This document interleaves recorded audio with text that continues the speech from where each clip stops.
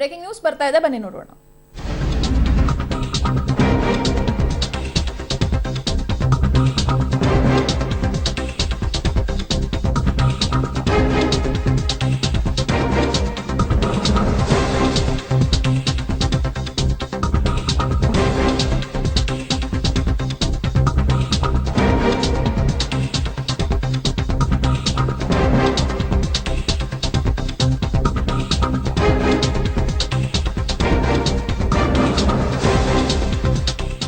ಹಿಂಗಾಗಿದೆ ಅಂತ ಹೇಳಿದ್ರೆ ತುಮಕೂರು ಲೋಕಸಭಾ ಕ್ಷೇತ್ರ ಒಂದು ರೀತಿಯಲ್ಲಿ ನಾನು ಕೊಡಲ್ಲ ನಾನು ಬಿಡಲ್ಲ ಅನ್ನೋ ರೀತಿಯಲ್ಲಿ ಇದೀಗ ಜಿದ್ದಾಜಿದ್ದಾಗ್ಬಿಟ್ಟಿದೆ.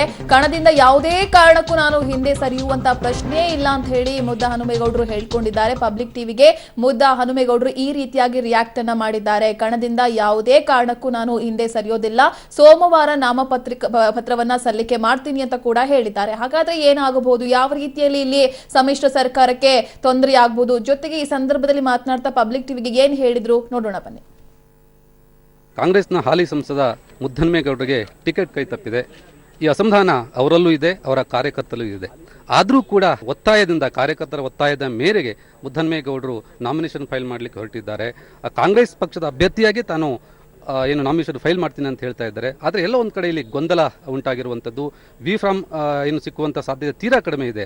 ಬನ್ನಿ ಹಾಗಾದರೆ ಈ ಗೊಂದಲಕ್ಕೆ ಮುದ್ದಹನುಮೇಗೌಡರು ಯಾವ ರೀತಿ ತೆರೆ ಹೇಳ್ತಾರೆ ಅಂತ ಅವರ ಹತ್ರನೇ ಕೇಳಿ ತಿಳ್ಕೊಳ್ಳೋಣ. ಸರ್, ಈಗ ಕಾಂಗ್ರೆಸ್ ಪಕ್ಷದ ಅಭ್ಯರ್ಥಿಯಾಗಿಯೇ ನೀವು ನಾಮಿನೇಷನ್ ಫೈಲ್ ಮಾಡ್ತೀರಿ ಅಂತ ಹೇಳ್ತಾ ಇದ್ರಿ, ಹೇಗೆ ಸಾಧ್ಯ? ನಾನು ಆನ್ ಮೆರಿಟ್ಸ್, ನನ್ನ ಯೋಗ್ಯತೆ ಇದ್ದರೆ, ನಾನು ಒಬ್ಬನ್ನೇ ಸಿಂಗಲ್ ಔಟ್ ಮಾಡಿರೋದ್ರಿಂದ ನನಗೊಂದು ಕಾರಣ ಕೊಡಿ, ಸಕಾರಣ ಕೊಡಿ, ಯಾಕೆ ನೀನು ನಿಲ್ಬಾರ್ದು ಅನ್ನೋದಕ್ಕೆ.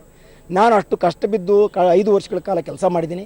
ಲೋಕಸಭೆಯಲ್ಲಿ ರಾಜ್ಯದ ಧ್ವನಿಯಾಗಿ, ಜಿಲ್ಲೆಯ ಧ್ವನಿಯಾಗಿ ನಾನು ಕೆಲಸ ಮಾಡಿದ್ದೀನಿ. ಹಗಲಿರುಳು ಕೂಡ ಕ್ಷೇತ್ರದ ಜನರ ಜೊತೆ ಇದ್ಕೊಂಡು ಕೆಲಸ ಮಾಡಿದ್ದೀನಿ. ಕ್ಷೇತ್ರದ ಅಭಿವೃದ್ಧಿನೂ ಕೂಡ ಸಾಕಷ್ಟು ಜನ ಕಣ್ಣಲ್ಲಿ ನೋಡೋ ರೀತಿಯಲ್ಲಿ ಅಭಿವೃದ್ಧಿ ಮಾಡಿದ್ದೀನಿ. ಹಾಗಾಗಿ ಯಾವುದೇ ನನ್ನ ಮೇಲೆ ವೈಯಕ್ತಿಕವಾದಂಥ ಯಾವುದೇ ಆಪಾದನೆ ಇಲ್ಲದೆ, ಯಾವುದೇ ಕಾರಣ ಇಲ್ಲದೆ, ಯಾವುದೇ ಸಕಾರಣ ಇಲ್ಲದೆ ನನ್ನನ್ನು ಸ್ಪರ್ಧೆಯಿಂದ ದೂರ ಮಾಡಿಸ್ತಕ್ಕಂಥ ನಿರ್ಧಾರವನ್ನು ನೀವೇನು ತೊಗೊಂಡಿದ್ರೆ ಅದನ್ನು ಪುನರ್ ಪರಿಶೀಲನೆ ಮಾಡಬೇಕು ಅಂತ ನಾನು ಎರಡೂ ಪಕ್ಷದ ರಾಷ್ಟ್ರೀಯ ಮುಖಂಡರುಗಳಿಗೆ ನಾನು ಈಗಾಗಲೇ ಮನವಿ ಮಾಡಿದ್ದೀನಿ. ನನಗೆ ವಿಶ್ವಾಸ ಇದೆ, ಜನರ ಆಶಯ ಇವತ್ತು ನಮ್ಮ ಜಿಲ್ಲೆಯ ಜನರ ಮತದಾರರ ಆಶಯ ಇದೆ. ನಾನು ಪುನಃ ಆನ್ ಮೆರಿಟ್ಸ್ ನಾನು ಕಂಟೆಸ್ಟ್ ಮಾಡಬೇಕು, ಪುನಃ ಮತ್ತೊಮ್ಮೆ ಅವರು ಸ್ಪರ್ಧಿಸಬೇಕು ಅಂತ ಎಲ್ಲರೂ ಒಕ್ಕೋಲಿಂದ ಹೇಳ್ತಿದ್ದಾರೆ. ನೀವು ಸ್ಪರ್ಧೆ ಮಾಡಲೇಬೇಕು ಅಂತ. ಹಾಗಾಗಿ ಸೋಮವಾರ ನಾನು ಸ್ಪರ್ಧೆ ಮಾಡಬೇಕು ಅಂತ ತೀರ್ಮಾನ. ಈಗ ನೀವು ಹೇಳ್ತೀರಾ ಕಾಂಗ್ರೆಸ್ ಪಕ್ಷದ ಅಭ್ಯರ್ಥಿಯಾಗಿ ನಾಮಿನೇಷನ್ ಫೈಲ್ ಮಾಡ್ತಾ ಇದ್ದೀರಿ ಅಂತ. ಸೊ ಒಂದು ವೇಳೆ ಅಧಿಕೃತವಾದಂಥ ವಿ ಫಾರ್ಮ್ ಇಲ್ಲದೇ ಇದ್ರೆ ಅದು ರಿಜೆಕ್ಟ್ ಆಗ್ತಾ ಅಲ್ವಾ? ಇನ್ನು 4 ದಿವಸ ಇದೆ. 4 ದಿವಸದಲ್ಲಿ ನೀವು ರಾಜಕಾರಣದಲ್ಲಿ ಇದುವರೆಗೂ ಅನೇಕ ನಿದರ್ಶನಗಳು ಕೊಡ್ತೀನಿ. ಅಂತಿಮವಾಗಿ ಜನರ ಆಶಯ ಏನಿದೆ, ಜನರ ಮನಸ್ಸೇನಿದೆ, ಅದ್ರ ಪ್ರಕಾರನೇ ಚುನಾವಣೆ ನಡೀಬೇಕು. ನೀವು ಆ ಜನರ ಮನಸ್ಸಿನಲ್ಲಿ ಒಂದಿದ್ದು ನಾವು ಇನ್ನೊಂದು ವಿರುದ್ಧವಾಗಿ ಹಾಕಿದ್ರೆ ಜನ ಒಪ್ಪೋದಿಲ್ಲ, ಕಷ್ಟ ಆಗ್ತದೆ. ಆದ್ರಿಂದ ಜನರ ಮನಸ್ಸಿದೆ, ತುಮಕೂರು ಜಿಲ್ಲೆ ಜನರ ಮನಸ್ಸು. ಮುದ್ದಹನುಮೇಗೌಡ ಪುನಃ MP ಆಗಬೇಕು. ಅವನು ದುಡ್ದಿದ್ದಾನೆ 5 ವರ್ಷ ಅಂತ. 5 ವರ್ಷ ದುಡ್ದಿದ್ದೀನಿ, ನಾನು ಕೆಲಸ ಮಾಡಿದ್ದೀನಿ. ಒಂದು ವೇಳೆ ಅನ್ನೋ ಪ್ರಶ್ನೆ ಬಂದೇ ಬರುತ್ತೆ. ಕೊನೆಗಳಿಗೆ ನಿಮ್ಗೆ ಸಿಗದೇ ಇದ್ದಾಗ ಬಂಡಾಯ ಅಭ್ಯರ್ಥಿಯಾಗಿ ನೀವು ಕಣದಲ್ಲಿ ಇರ್ತೀರಾ?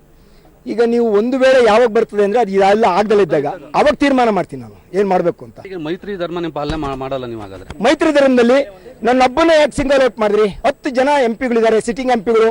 9 ಜನ ನಾವು ಅತ್ಯಂತ ಸಂಕಷ್ಟದಲ್ಲಿ ಚುನಾವಣೆಯಲ್ಲಿ ಗೆದ್ದಿದ್ದೀವಿ.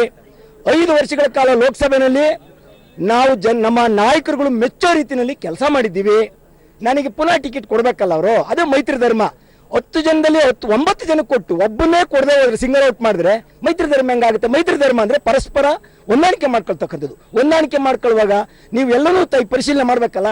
ಕೊನೆಯವರೆಗೂ ಕಣದಲ್ಲಿ ನಾಮಿನೇಷನ್ ಹಾಕೋದು ಸುಮ್ಮನೆ ವಿತ್ಡ್ರಾ ಮಾಡ್ಕೊಳ್ಳೋಕ್ಕೆ ತಮಾಷೆಗೆ ನಾಮಿನೇಷನ್ ಹಾಕಕ್ಕಾಗುತ್ತಾ? ನಾಮಿನೇಷನ್ ಹಾಕೋದು ಚುನಾವಣೆ ಸ್ಪರ್ಧೆ ಮಾಡಬೇಕು ಅನ್ನೋ ದೃಷ್ಟಿಯಿಂದ.